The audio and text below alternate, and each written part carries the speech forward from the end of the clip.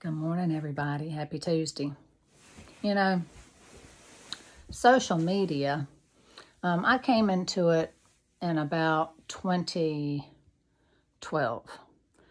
Up until then, I had not had a Facebook account. I had not even had a cell phone until 2010. I lived on the top of a mountain. And so when I came back down to Florida, where my family was and where I was from, where I had deep roots out of a marriage that lasted for 25 years, I had a big shift, as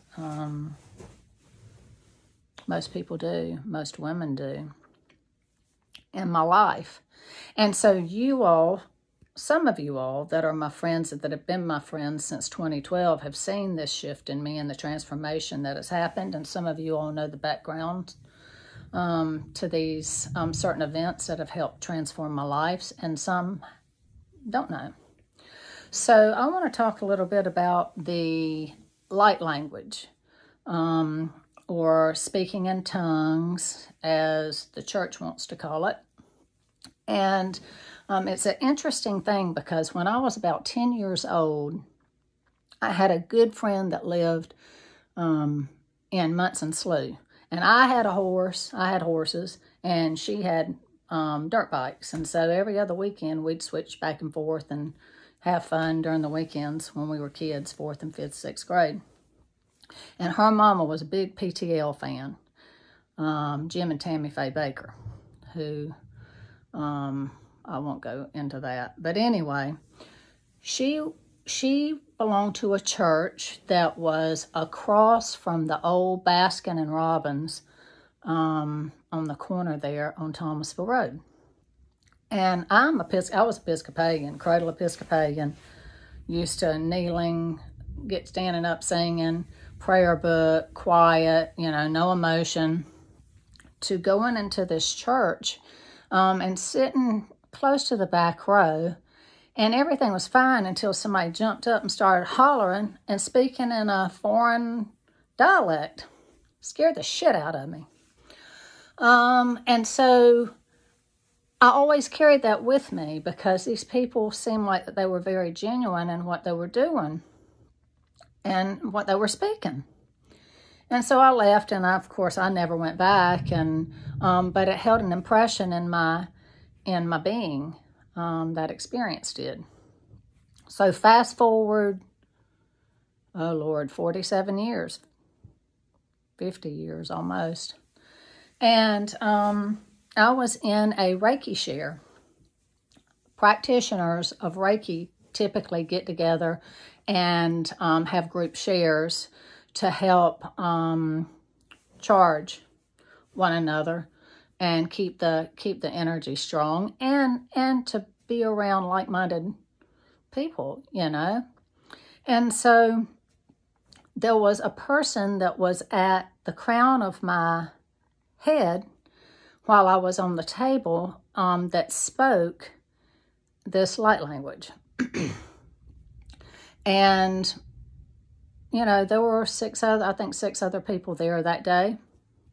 And they all had their hands on me and touching in an energetic manner. You just hold your hands on the person, and we're channels that the energy flows through to the body for healing. And anyway, so after the Reiki share, I left and went home. And the next morning, this language started coming out of my mouth.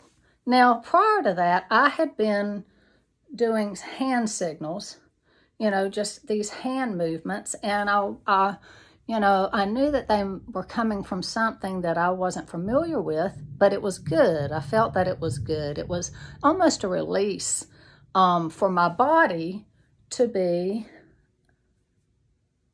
using these hand signals. And so this language started coming out, and of course it freaked George out. He's from Alabama, and he was like, "Oh Lord, what are you speaking?" That sense has changed. But So anyway, I started looking up. Nobody really had an answer for it. And over the months, this was about a year ago, so over the months, my language changed. And the way it changed was the syllables changed. The toning was a little different. Sometimes I speak more rapidly than other times. And what I found out is that I can't control it. And when I say that, I mean that it builds up in my body and I have to energetically release it out into the world.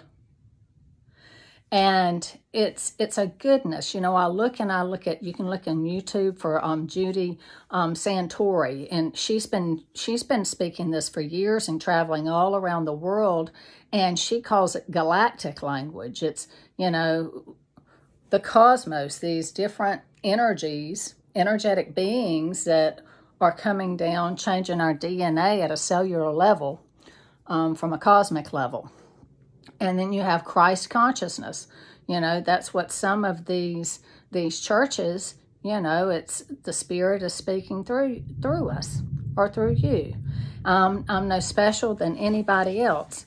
But I knew that it was scary, but that I had to start speaking it because it's my truth. And I could be condemned for it. I could be looked like I was crazy for it, you know, and it doesn't matter because what I'm doing is I'm getting the vibrational frequency out that my blueprint has to teach and needs to help to express my love to the world. And it's almost like when I speak it, it's a blessing. It feels like a blessing to me, and it's very earth-rooted, very earthy. And that's how I feel about it. It's, you know, there's really no explanation for it right now, but I feel like in the future that there's going to be, because there's so many other people speaking this language now. You know, they're all over the internet. This isn't anything that's made up. I mean, not from me. It just comes out. And when it does, I have to speak it. So, you know, it's all about, for me, slowing down, being cognizant of your surroundings, breath work and breathing, being grateful that you can breathe and that you do have ground to walk on, and that our world is shifting and it's important to stay grounded and with your heart full of open love.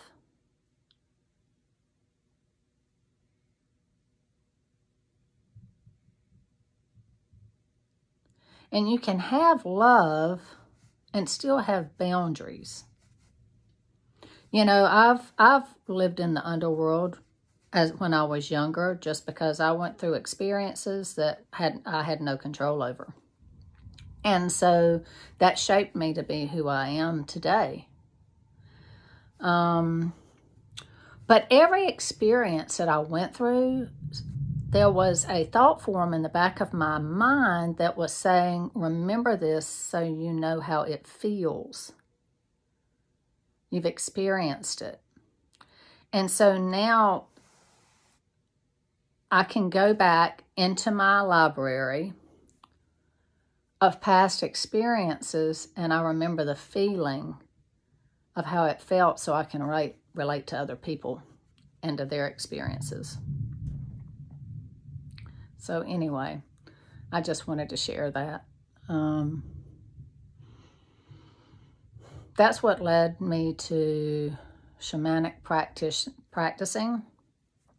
I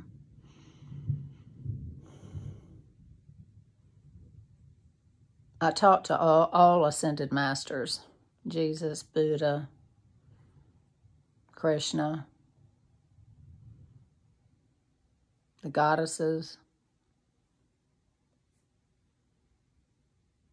because I don't feel like that there's just one, there's one God.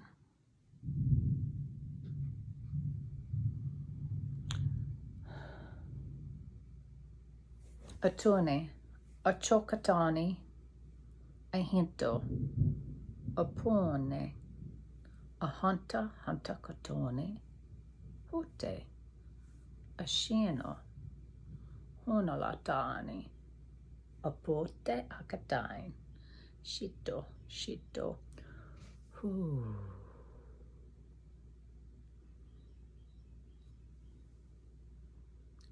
Love you all. Have a great day.